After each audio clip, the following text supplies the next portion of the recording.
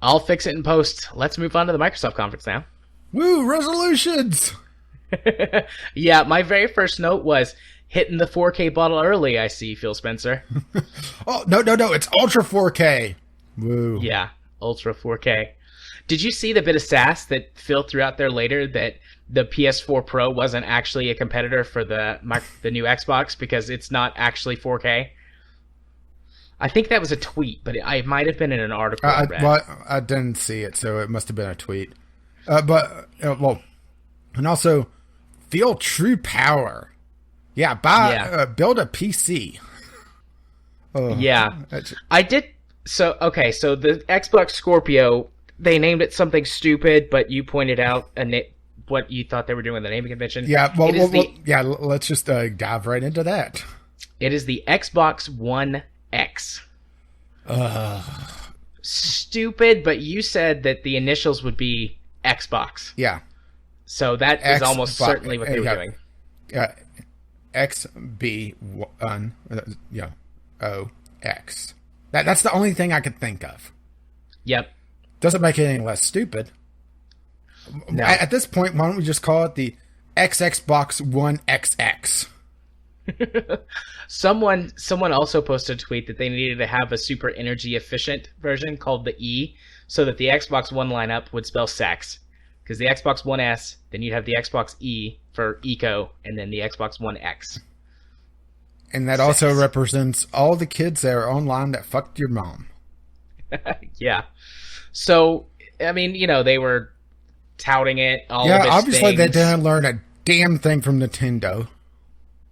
No, granted, the Wii U's problems didn't just extend solely from its terrible name, but it definitely didn't help things that, it sounded like it was just an expansion or, an add-on to the Wii. But, terrible name. Yeah. I did like, though, that they actually put up a few real specs. It wasn't just 6 teraflops. They gave us how much RAM it had, the GPU clock speed, and they told us that it was a vapor chamber cooled console. Yeah, which is a pretty much standard PC cooling. It's essentially a heat pipe, isn't it? Yeah, pretty much. The one thing that really stands out on this, a 4K Blu-ray player. Sony, who owns the patent to Blu-ray, does not have a 4K Blu-ray player in their console. Yeah. That is true. That is very true. I didn't even think about that. I was actually pretty impressed that they were talking about frame rates and super sampling. On some things. For overall, they didn't mention a damn thing about frame rate. They mostly focused on super sampling 4K, which super sampling is, a minuscule improvement. 4K, most people I don't think have 4K TVs yet. No, they're getting there though. 4K is probably another year or two away from widespread adoption. The prices are coming down. It's almost in that sweet spot where 1080p TVs start to become prevalent. And really just loading times, and that's it. Yeah. They didn't mention what the hard drive was going to be, capacity or type. I assume that they're going to go with a 7,200 RPM drive. They almost have to if they're talking about load speeds. Yeah, because the Xbox One, the standard hard drive is a 5,200 RPM drive. And that's one of the biggest. Whenever I play games, I always use an external drive because even an external platter drive will be faster and better than the internal drive. And also, they mentioned that it's the smallest Xbox, but didn't state a size. No, but if it's smaller than the Xbox One S, which they... that is going to be so confusing, isn't it? Especially since S and X sort of sound the same as well. Yeah, and S is supposed to be slim, but the Xbox One X is going to be smaller. So I don't know how big it's going to be. I assume it'll probably be pretty close to the size of the Xbox 360. Yeah, probably. I would guess maybe a couple inches smaller. Which I wish they wouldn't have done that, honestly. I wish they would have kept it the same size for cooling issues.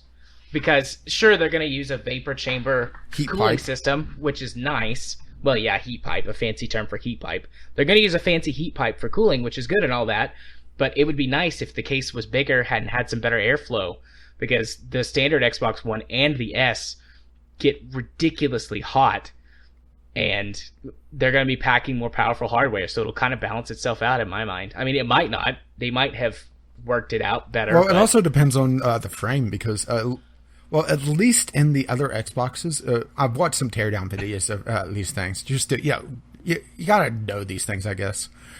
They use a lot of heat dumping into the frame of the console itself, really. So it also depends on what the console is made out of. Yeah, that's true. The other couple of specs that they mentioned were that it had, let's see, did they say 12 gigabytes of RAM? I didn't make note of that. They said 12 DDR5 memory, which, to be honest, 12 sounds like a lot, but then you have to realize that is split between the video and the console itself, with some of it also being reserved for the OS, essentially. Yeah, but and don't forget one guy going woo for GDR5. Yeah. Well, sorry, DDR5. I have a typo on my notes. Oh, nice.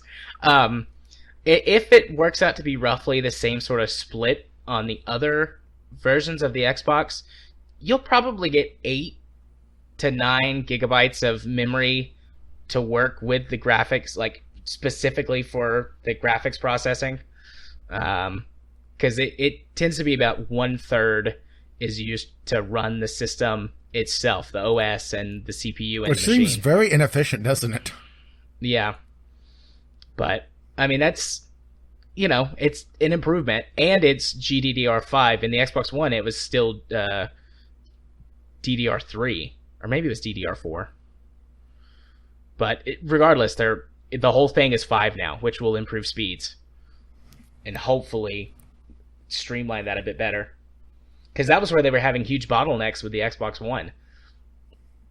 They just didn't have fast enough RAM. Because they were trying to do the whole multitasking thing. And so they thought that... But didn't have enough RAM and fast enough to do it. Yeah. So their whole plan in the beginning was to streamline the OS. But as they discovered, the version of Windows 8 and then later 10 that was running on the Xbox was not efficient at all. Also known as being Windows 10.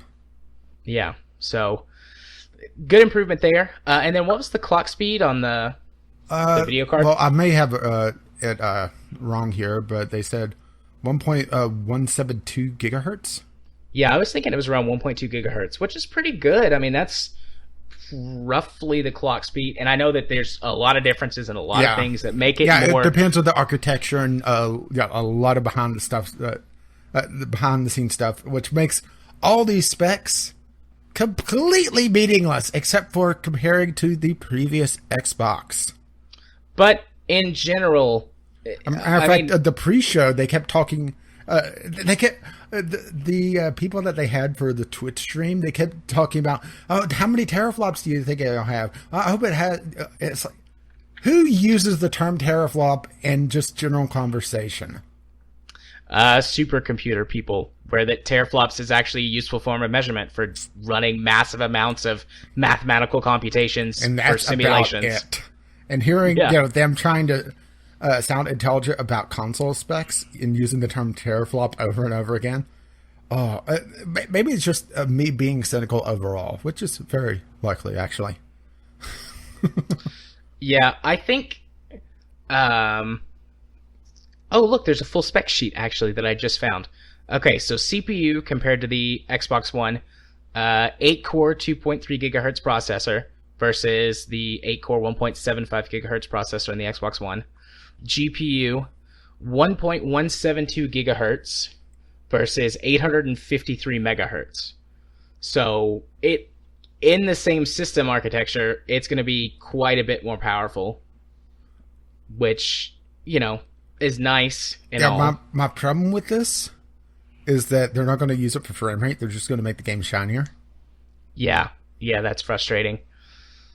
It looks like they've got it listed with a 1 terabyte hard drive, which is nice, but we don't know what the speed is on that.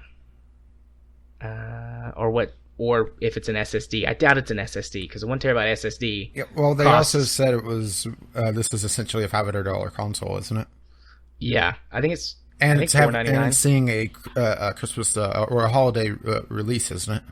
Yeah, didn't they say November or something of this year? So yeah, holiday 2017. Yeah, they're about it. So they're gonna have to get on board. Yeah. Otherwise, they're gonna run into the Nintendo just stock issue. Yeah, I'm glad to see. Okay, so where consoles in the past have always been good in comparison to PC is having a powerful box that it just works with things. And the 360 generation, Xbox 360 generation, PS3 did that. And then they held on for too long. It didn't catch up. But the power that I think that this is going to have, it does look like it's very powerful for its specs overall. I think though that this lines up with what you could spend $800 or $900 for on a PC right now.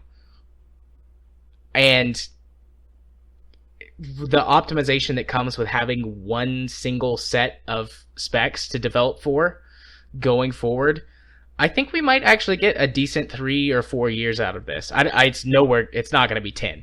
I'm not even going to go for that. But I think that we might actually get 3 or 4 years out of this one and not complain right out the gate that it's anemic. Because I put in my notes, that its specs are pretty similar to what's in my rig, actually.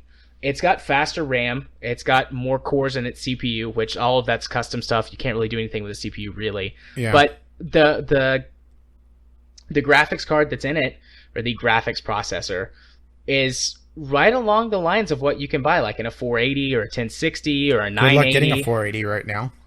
Yeah, I think isn't the 480 up to $500?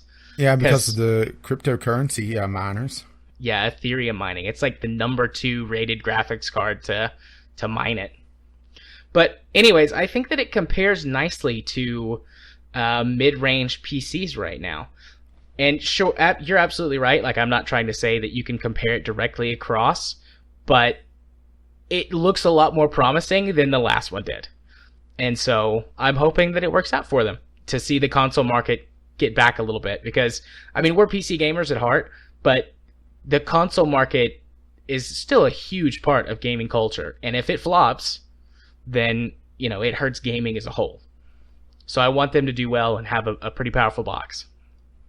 So there I am, being the optimist on the show again. Still, we're gonna wait and see. It's good to see that survived the EA's conference. Yeah, still we'll have to wait and see once we actually get some out there that people can test and get some proper benchmarking and comparisons done. Then we'll know for sure. But I feel a little bit better about this than I did about the Xbox One launch a few years ago. So, yeah, there's that. I don't think I'll buy one. I don't know, maybe in a few years if my Xbox One dies. But really, at that point, I'll probably just buy a Roku or something. Gesundheit. Because since they're I'm hearing a beeping on my end from you. Yeah, I was hearing something going on there. And I'm pretty sure that's not from my computer anywhere. So I'm just going to blame you. I was rocking in my chair. It might have been a noise my chair was making. So it was probably just a squeak that was just barely picking up. Yeah. But anyways, since Microsoft seems to be going forward with this Play Anywhere thing, all of, or almost all of their games, at least their major titles, are going to be purchasable or playable on Windows 10. So I don't really need an Xbox to play games.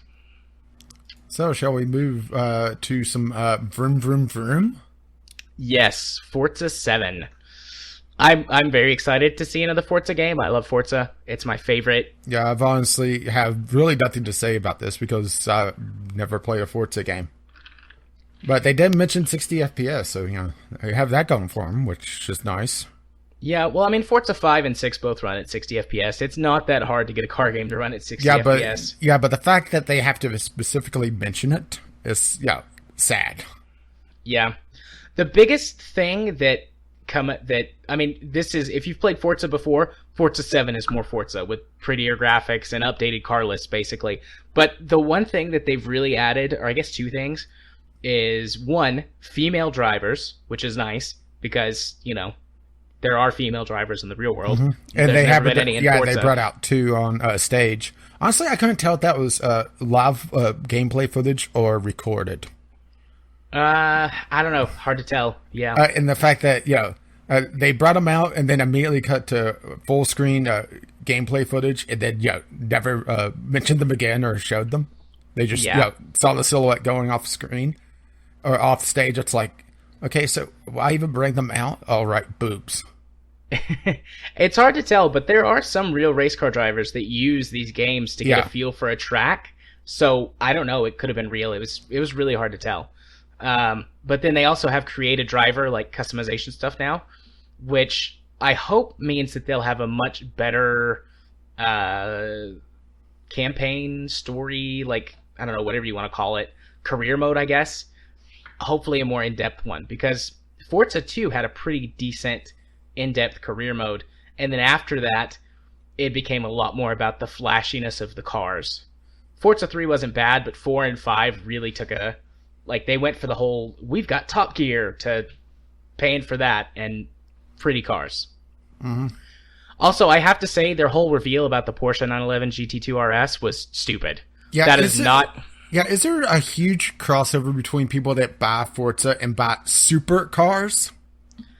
I don't know. Maybe. But that's not even a great car to reveal. Like, I was like, ooh, are we going to get something from like Ferrari or Lamborghini? I'd like to bring up Total Biscuit again.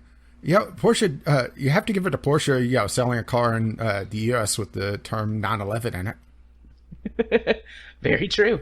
Very true. But no, they should have brought out the Porsche 918, the Spider. That's coming out soon. And the 918 is like their flagship supercar. Well, at least it didn't come down from the ceiling this year. That's true. That was better. Even though if it was the Spider, it should have come down from the ceiling. It should have, yeah. But I just had to I know about cars and Porsche. I like Porsches and all that. They're cool. But they tried to make a big deal out of this, and this isn't even that great of a car. And then they had a very clumsy, and like the Porsche, it's like, oh dear, wow. Yeah. If someone there was going to, give me that car, I'd take it without a second thought. But, yeah, it's not that special. You're just trying to sound cool to people who don't know anything about cars. And honestly, the audience who plays Forza is probably going to know that you're bullshitting them right there. Well, to be honest... So I don't know why they did it. Well, to be honest, I don't know a lot about cars, but it didn't sound cool to me. It sounded rather lame and forced, and I wanted them to actually talk about video games. The entire reason why I'm watching this conference in the first place. Yeah. But then again, what do I know? Yeah, nope, you pretty much hit it on that. It's a great car, but you're wasting everyone's time with that. No, that's later in the conference. Oh, there's lots of things wasting everyone's time later in this conference.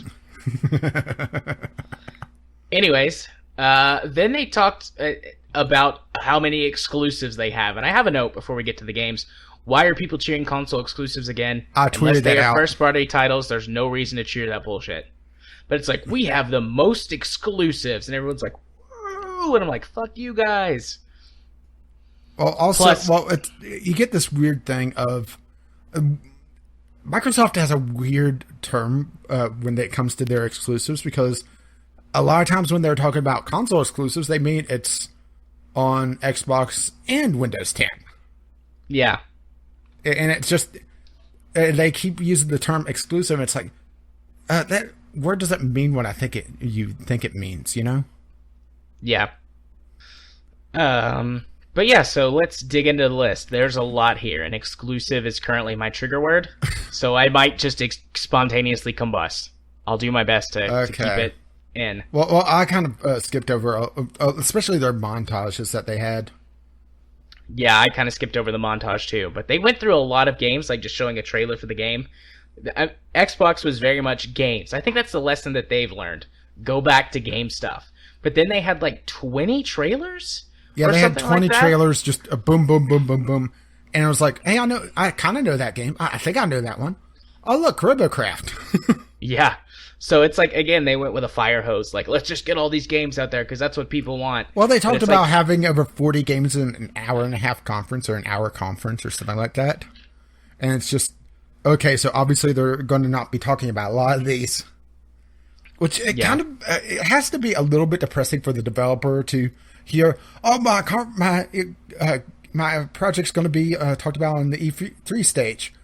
No, we're just going to show the trailer. You're going to get 10 seconds and a montage that has 20 other games. Yeah. But that was the last thing they did. Like, I guess they did, like, their bigger or the things that they thought were more important. Like, they each got individual trailers. And a couple of things were said about a couple of them, but mostly it was like trailer, trailer, trailer, trailer. And then they had their montage at the end that had a whole bunch of games in it. But the first game that they showed in this sort of rapid fire thing was Metro Exodus, which actually got a little bit of, I assume it's supposed to be gameplay. Either that or it was just an extended trailer. Kind of hard to I tell. think it might have been gameplay, or at least very prettified versions of gameplay, because you have once again, E3 conference video is not indicative of what you'll actually get. Yeah, it seemed more like the stuff in the tunnel was trailer or a cutscene, and then the stuff outside of the tunnel was more gameplay. Yeah, But, particularly with hard how to the tell. camera moved. And that is something that I've kind of noticed, is that the more and more gameplay I watch that the people are using controllers, the more I hate it.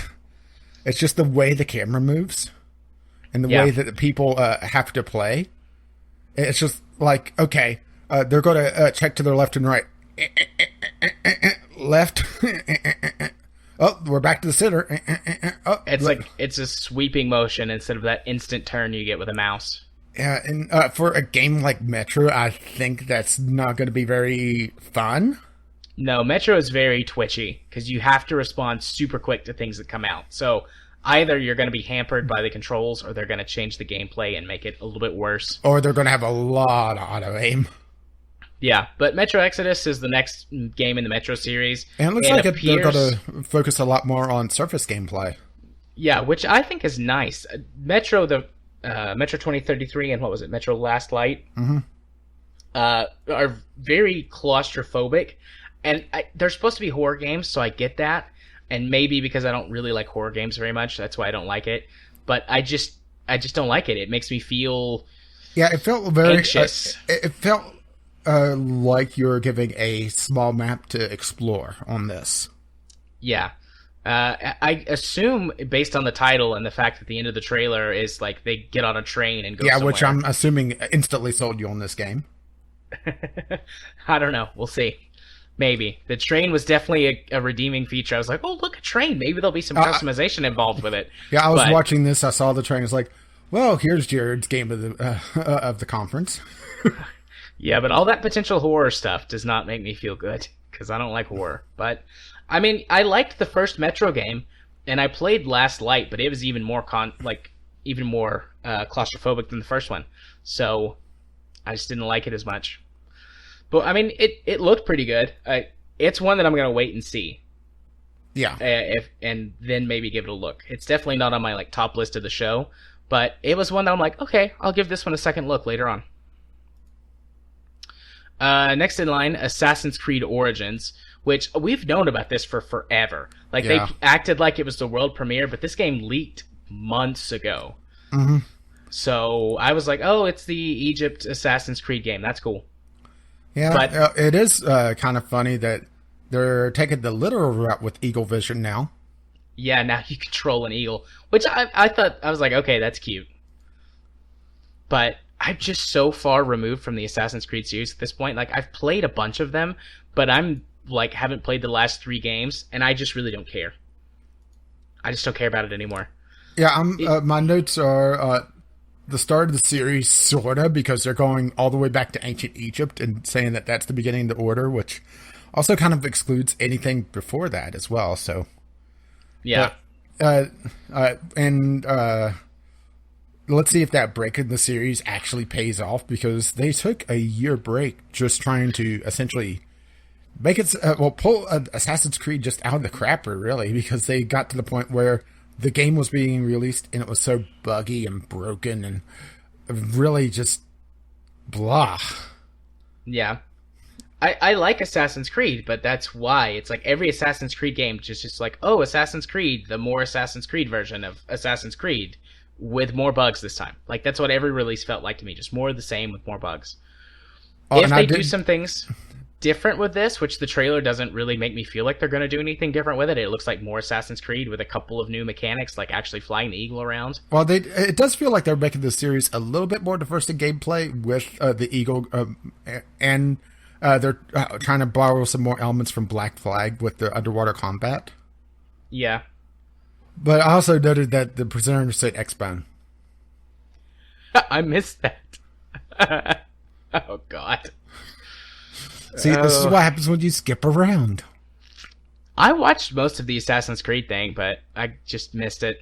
I might have been taking notes at that point. And something else I really noticed about this, and this really put me off from the game, but when they were doing the gameplay and they were showing the gear menu, did it seem exceptionally slow to you?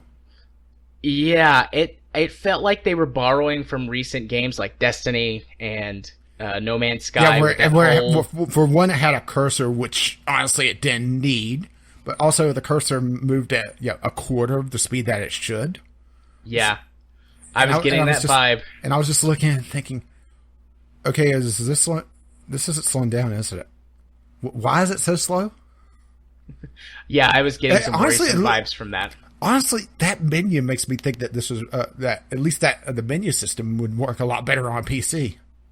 It probably would, as long as they remove the like little console cursor and just use a mouse cursor, which they won't. Yeah, I can't have that. And not sure if I like the controllable arrows. I think it really depends on gameplay, though. I thought that was pretty cool, but yeah, that was one of the things I was like, okay, maybe. That's how I felt about this game. Like, okay, maybe. It feels like a lot more Assassin's Creed with a few extra tweaks, but maybe, especially if it's not broken on release. And let's see, then they mentioned Mixer really quick, which is streaming software. Yeah, that's Microsoft's new streaming service to try and compete with Twitch, and I mean, good luck to them. Yeah, they'll need it. Yeah. It won't go anywhere on PC for sure, but it might do okay on console, because they already have some built-in streaming stuff, not just to Twitch. Like, they actually have a built-in Microsoft streaming thing where you can watch streams directly. Like, okay, E3 let me start this explanation. Let me start this explanation over. Say that you want to go look at a game on the Microsoft Store. Not sure why I would. I'll own a console, huh? Pretend that you're a console peasant and you want to go check out the new Call of Duty 7. Excuse me, killing myself. And you go to look at it and you're not sure if you want to buy it. You can scroll over to an active players menu and just watch people who are streaming the game using this Microsoft, like built-in Microsoft thing. And it works pretty well. So I think it might do okay on console. I really doubt that would sell me on a game. No, but it's like, do you want to know more about the game? Well, here you can go watch active streams of people playing it right now. You don't have to go to YouTube or Twitch. Like, it's built into our ecosystem. And that's a pretty neat feature, and it might do okay on console, but I really don't think that it's going to do what they want it to do. They're just, I mean, Google couldn't overthrow Twitch. I don't know how Microsoft's going to do it. Captive audience. Maybe, I guess. I don't know. Like I said, best of luck. All right, then they had PlayerUnknown Battleground, and they used the term exclusive here, so I'm assuming it's only going to be in Xbox. And there's a lot more info on the upcoming update for PlayerUnknown's Battleground, and I think it was the PC Gaming Show, but they really just kind of brought him out and said, well, or brought the game out. PlayerUnknown was actually on the PC Gaming Show, and said, yeah, exclusive on Xbox, and kind of just left it at that, really. Yeah, and I mean, this is already an active, known game that I think we talked about before. So, yeah, that's something else that I got, especially in the huge montage that they did later or towards the end of the show, was that it was a lot of really cross-pollination between PC and console, both ways. Games from console going to PC and vice versa. Particularly our early access games from PC going to console. Yeah. Yeah. I'm okay with this cross-pollination. Like I said, the more sort of competition there is between all the platforms, or the more sort of overlap that there is, the bigger and stronger the gaming industry becomes, as long as they don't fuck it up too much. And as long as the ports are decent. Because if a game comes to PC and you can't play it, it's may as well not be there. Yeah, and I think this kind of supports my theory of eventually there being just a unified gaming platform. Like, as long as I can still use Steam, I'm fine with this. Yeah, like every device can play every game, like that sort of thing, and eventually it's all going to be, streamed like everything else. I think that this is like the beginning steps, like all of these platforms, like things that, even last year, like no one would ever think. I'm not sure about games being streamed because at least the United States just doesn't have the infrastructure for it. Well, I'm talking about like in the next decade or two. Not tomorrow. It's not even just the infrastructure, but the United States is just too big geographically. We'll get there. You would have to have a huge server farm in every state to have a decent. Well, except for the Northeast, New England, because states are tiny there for some reason. But just geographically, if you're too far away from the server, you're just going to suffer. So people out in the middle of bumfuck nowhere, the streaming service is going to be terrible for them. Nope. It's not a question of if, it's a question of when. We'll be there, and I think in the next decade we're going to see this really start to become a thing, and then in the next 2, maybe 3 decades, that will just be what it is. And all of your companies are just going to develop games. And they might have their, like Steam and Origin and all that, their platform, but it'll just be stream the game from the place, just like with Netflix. The same things that you're saying about this right now, people were saying about Netflix 10, True. 15 years ago. And look at where we are now. Netflix there's one, rivals Comcast. There's one key difference between Netflix and a streaming video game. Input. I know. Controller input. Well, I was going to say that you could buffer. Fair. Because you could, even if you're on a crummy connection with a terrible lag, you can allow a movie to buffer for 5 minutes and, not have to worry that much. Doesn't work that way for gaming. Unless you're playing something like Civ. Yeah. We'll get there. Anyways, we're getting way off of E3 topics and talking about other things, so let's just keep going. Well, if you want to have a 6-hour show, so be it. Oh, God. You're the one editing this mess. Oh, God, help me. Sorry, I'm busy right now. Nice. Deep Rock Galactic. Not a lot of info, but dwarves with guns and lots of spiders. Yeah. At first I was like, sweet. And then I was like, oh, because I don't like spiders, but...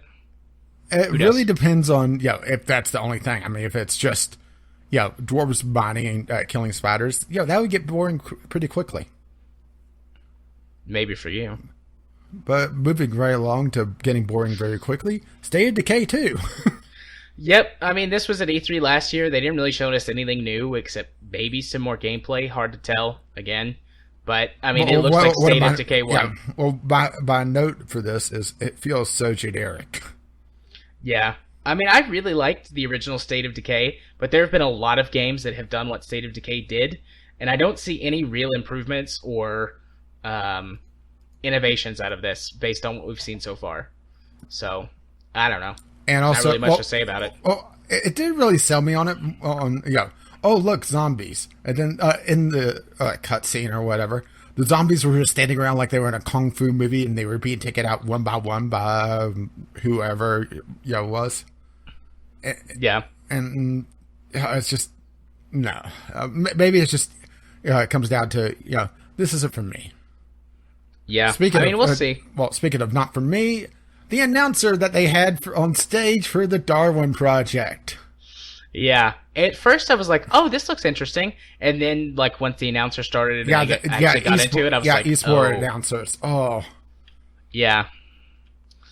It's some sort of battle royale game. I think they had like 30 seconds or a minute gameplay with this annoying announcer over it. Yeah, and they didn't mention anything else. Yeah, it seems like a Hunger Games style game. Which that seems to be the flavor of the month now, because we just mentioned PlayerUnknown's Battleground. That's the same thing. We have King of the Kill from H1Z1 with Sony or Daybreak or whoever they are now. You're just seeing a lot of these battle royale games. Let's see, there's at least 2 or 3 more that I have in my library. Yeah. And honestly, this is turning into essentially what the survival sandbox was, where it's this nomadic player base that just keeps moving from game to game. Honestly, turning them... there's a lot of crossover because they turn into essentially the same thing. Yeah. Because that's the big thing. It's not so much surviving the elements, it's surviving their players. It's more of a structure this time. Right. I don't know. Doesn't seem like it's for me. Yeah, I doubt it's for me either, but to be honest, I was so turned off by the esports announcer that, I really don't care. And then let's see. Minecraft gets stage time for an update. Yep. Granted, it is a fairly decent update where they're combining servers across platforms, except for PlayStation. I was going to say, they're like, yes, now all platforms can play together. And then you go look at the list and Sony is absent. But you got Switch on there, which I think is interesting. It's Xbox One, Nintendo Switch, mobile devices, VR Minecraft, and then the Windows 10 version of Minecraft. Well, this isn't Minecraft. This is them talking about Rocket League. But they state that they don't want to subject their players to unknown networks, essentially, and beyond their control. Yeah. Nintendo, the most family-friendly of consoles, is allowing it. Yeah. This is just Sony being Sony on that respect. Yeah, you're right. But still, I think that's interesting. Like, they even got Nintendo on board. Yeah, which Nintendo, they're so backwards when it comes to online capabilities. Matter of fact, they didn't talk about it in their conference, so I'll bring it up here. There's some people talking about how in order to do voice chat on the Nintendo console on the Switch, you have to have a smartphone and you plug in your headset to that. Yep. And you're running a third-party app. It gets worse. It gets worse. And you have to pay for it. No, if you want to have game audio and voice chat coming through your headphones, you have to buy a splitter and use a splitter and plug the cable from the Switch into the splitter and then plug the splitter into your phone and then your headset in or your earbuds on your head.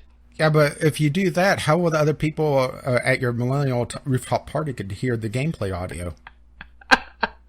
Or in your weird garage where cars are. But we'll get to that. Or in the tunnel where you're flipping around with a soccer ball. Yeah. Yeah, we'll get to that later. Those are all things from the E3 conference this year, guys. We'll get there in like 6 hours. Yeah, see you then. I hope you packed a lunch. But yeah, I mean, that was really all they had to say about Minecraft. Bringing all the versions together. Oh, and 4K. Yeah, 4K. I love how Phil Spencer was like, man, seeing that Minecraft in 4K was beautiful. And I'm like, it's Minecraft. It's Minecraft. Minecraft is, well, first of all, the version for consoles and Windows 10, it actually can run in 4K because it's not Java-based. But 4K Minecraft, that's probably the worst use of 4K for a game I could think of. Yeah. I mean, hell, even Terraria, which wouldn't be much more use, it would at least expand your field of view. Yeah. Oh, silly. Drink it from that 4K bottle again. And then Dragon Ball Fighter Z. I was like, wow, Dragon Ball Z. I don't care. I said, well, my note is, seems rather silly and over the top, so I guess it fits the show. Yeah, all the Dragon Ball games are.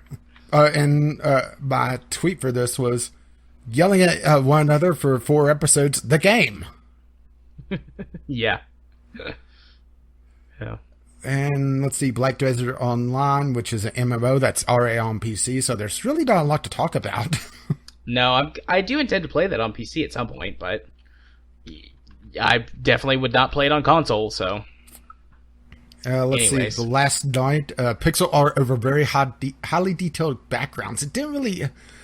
that juxtaposition between the two art styles really was clashing for me. I didn't like it. Yeah, the last night. My note for that is pixel art thing, question mark. This is odd. Yeah, and there was no more info given. There's another conference had some more info, but not a lot. But let's see. Artful Escape, music-based platformer. Interesting, but not a lot more. It was a guy playing the guitar, and every time he strummed the guitar, it had some sort of notes that was propelling him upwards. Yeah, it looked neat, but as a platformer, I'm just probably not interested. Let's see, Project Vixen, no info given whatsoever. Yeah, I didn't even take a note about that, actually. And then Sea of Thieves. This actually was a little surprising to me because last year when they did this, they had the horrible streamers, and this actually looked like a fun game this time. Yeah, it looked way better this go around. Granted, I think the first time they showed it, it was pretty much an alpha, and just comparing the graphics between the two and the gameplay, it's day and night, really. Yeah, it looked a lot better and a lot more fun this go around. Although I did like the streamers last year because it felt super campy, and I mean it was bad, but it was like bad in a fun way, and I kind of like that. But that's just me, because you're bad in a kind of a fun way. I'll take it. But I did kind of like the jokes breaking the fourth wall with the narrator. Yeah. I wonder if that sort of humor will play over into the game itself. I don't know. Maybe, but I find that hard to believe. I felt like that was pretty structured to do as a trailer. Yeah, for the trailer, it didn't really give a lot of gameplay feeling.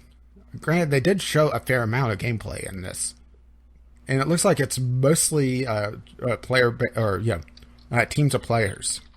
Yeah. So if you're going into this by yourself, you're completely out of luck unless you're allowed to play with randoms, which not a game I would want to play with randoms, to be perfectly honest.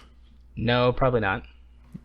And PvP combat question mark because they didn't really tell you if that was other players on the other ship. It was a little hard to tell if they were or not. Yeah. Because towards the end of the trailer, there was another ship that showed up that was trying to steal your booty. Booty. Wink. Booty. Anyways. Tacoma. Not a lot of info given here either.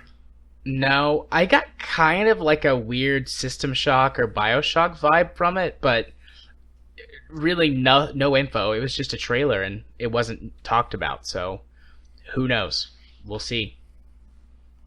And then let's see, Super Lucky's Tale, a 2.5D/3D platformer, depending on the area you're in.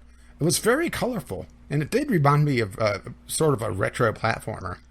Hopefully in a good way, but it really depends on how well it plays because, and now I'm blanking on the name of it. The recently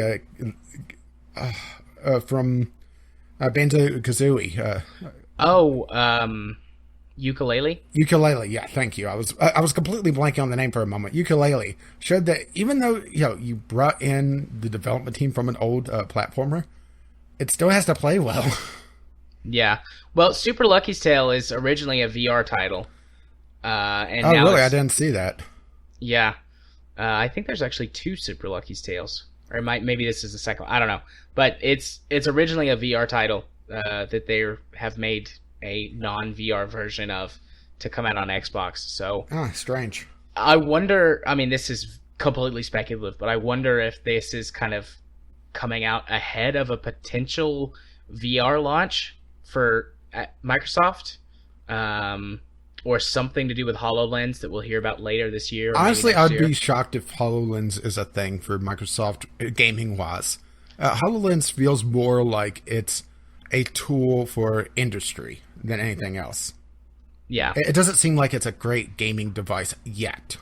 Yeah, I agree, but I would rather have a HoloLens than a VR headset. Even after my experience with VR, AR is still much more appealing to me. Yeah, same here. Particularly if they could handle certain things. Have it where if I'm looking at my monitor and I could see virtual monitors around it, that would be a lot more interesting to me than having a full VR workspace. Yeah, mostly because I take my hand off the mouse, I can find the mouse again. Fair enough. Yeah, but it looked cute. I mean, I don't care because it's a platformer, but it looked cute. It reminded me very much of mascot gaming, you know. So, and I mean, I think that's what they were going for all along. Yeah, which But that's something that we really got away from was the animal mascots for games. When was the last time we had a major mascot, animal mascot for a game? And no, we don't count Mario. I guess technically ukulele, but before that, Banjo Kazooie, was he the last one? Maybe that was towards the end of the era. Um, yeah, I mean that's the last one that I can think of. There might be another one, maybe a more obscure thing, but yeah.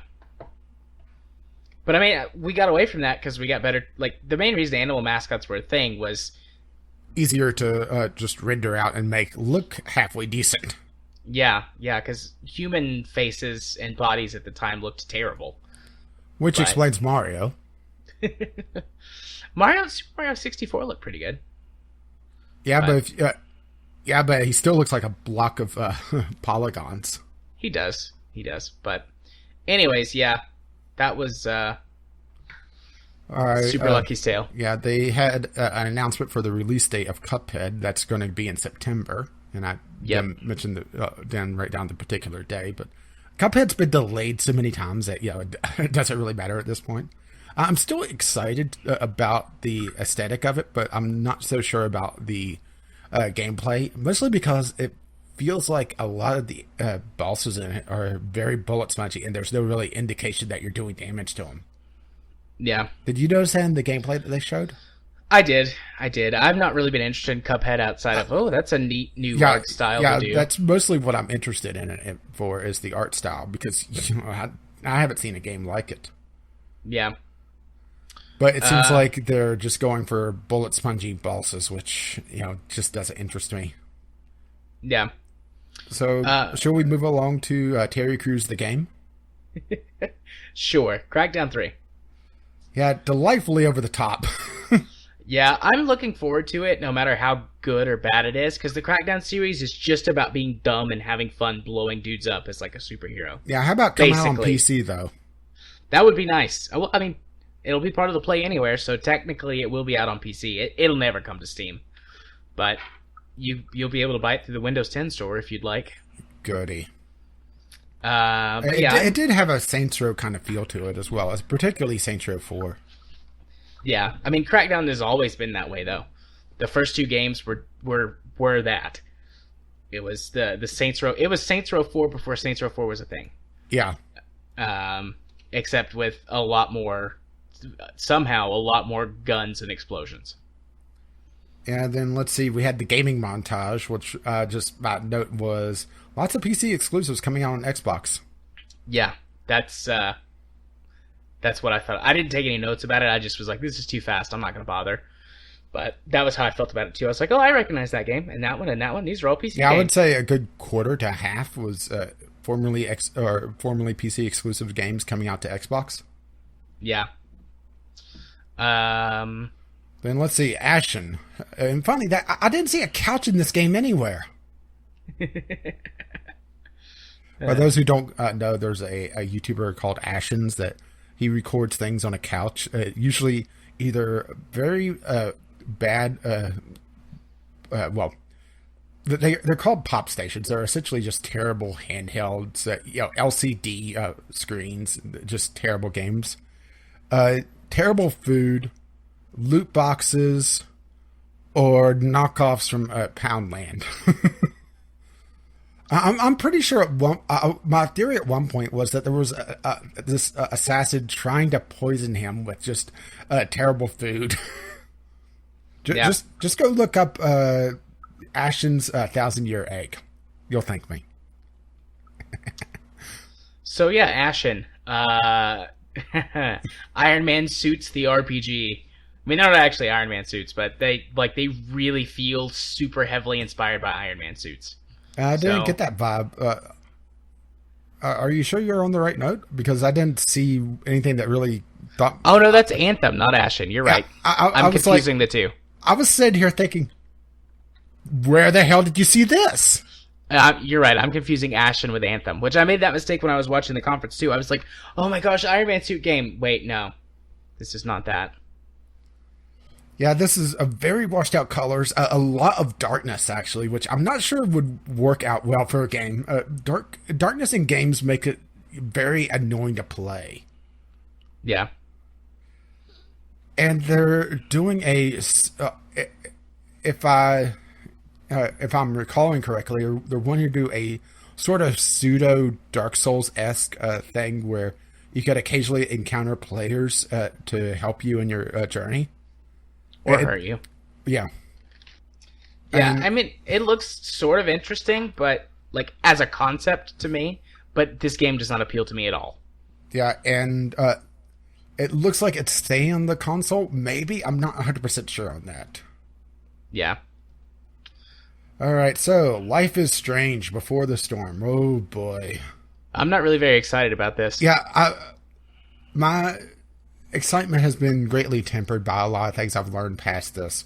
For one, it's set before the series, so it is a prequel, and it's a shorter series with only 3 episodes, or I guess 4. We'll get into that in a little bit, and another reason why I'm not exactly excited about this. It's coming this fall. As a matter of fact, its Steam store page is up, but do not pre-order because that's a spanking. But the main thing that has me taking pause with this, one, the original voice actress for Chloe, which is the focus of the game, is not in this game because of the voice actor strike. She is doing a consulting role on the story, but she can't voice act for it because she'd be breaking union. And also, it's not by the original developer. It's been licensed out. It's being developed by Tech Nine Games, which has an amazing backlog of not much. Yeah, mostly crappy games and a few mobile ones. But yeah, I feel bad about being very, very skeptical about this game. And also, well, for one, you're playing Chloe, and they said that there's no supernatural elements in this whatsoever. So, you're not going to have the time thing either. But they implied in the trailer that someone or something has some kind of power. Yeah, so, based on what they said after the fact, I think it's just edited that way so people that played the first game saw that. And also, well, they are also holding hostage a 4th episode in the deluxe version, where you get one last time playing Max, but it's Max before she leaves Arcadia Bay to go to Portland, if I recall correctly. So, it'll be a 13-year-old Max. This honestly feels like the Star Wars prequels, where it's, hey, do you want to see the story about the characters you care about before you cared about them when they're a lot younger? No? Oh, too bad. You're getting it anyway. I would be okay with the prequel aspect. Like, it sounds to me, I'm intrigued. Like, how did Chloe become Chloe? But that seems like a one-off episode thing. Like, yeah, it should have been one episode. And the thing is also, we know a lot of the story already, unless they do some sort of major branching point, and this is a side story completely. Because, well, we had the entire game club about it. So you have, 2 hours of talking about this game already? Or talking about the story that led to this, or the story that this led to, or whatever. So we know the major plot points already. We know these characters. Yeah. Telltale has done this a couple of times with games. They've done just a one-off story to either tell something before or in between or as an epilogue. And I feel like that's what this should be, a one-off, but they've licensed it out and turned it into another series, basically. And even though it's shorter than the original, I'm worried that it's just going to be stretched out.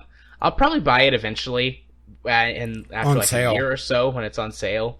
But, and probably get the deluxe edition when it's heavily discounted. Yeah. But, it's just, wow. Yeah. Shadow of War is up next.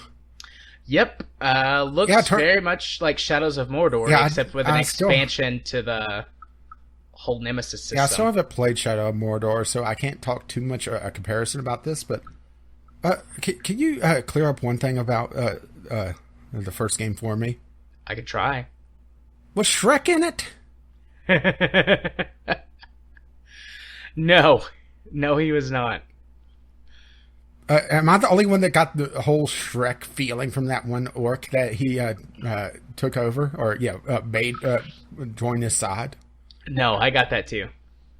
I thought it was funny though. Like, Well, I'm not sure what I think about this, because Lord of the Rings, yes, it has humor in it, but it's usually to break up a very tense situation.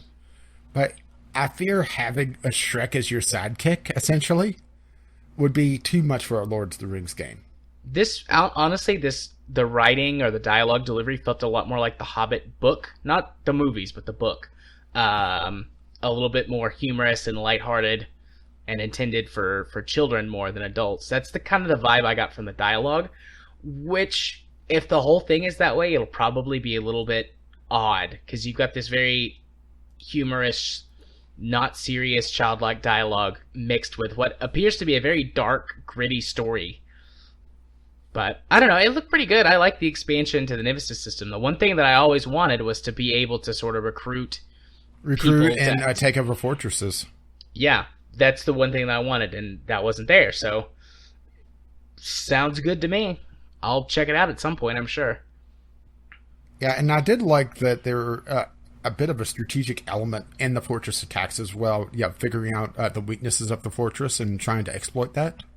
Yeah, that's an expansion of the Nemesis system as well, because the previously the orc captains and things like that each had lists of weaknesses and stuff to exploit, and the more that you actually used the system to your advantage, the more you learned about that sort of stuff. So that's good, taking it to the next step or the next level. Yeah, I'm a little shocked we haven't really seen anyone try to use the Nemesis system outside of the Shadow of Mordor series. I mean, Shadow of Mordor has been out long enough that a game should have been in development to harp on that.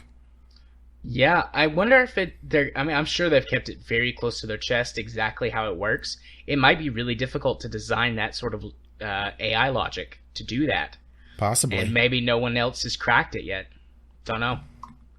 It's just something that kind of shocks me that we haven't seen that yet. Yeah. So next on the list, Ori and the Will-o'-the-Wisps.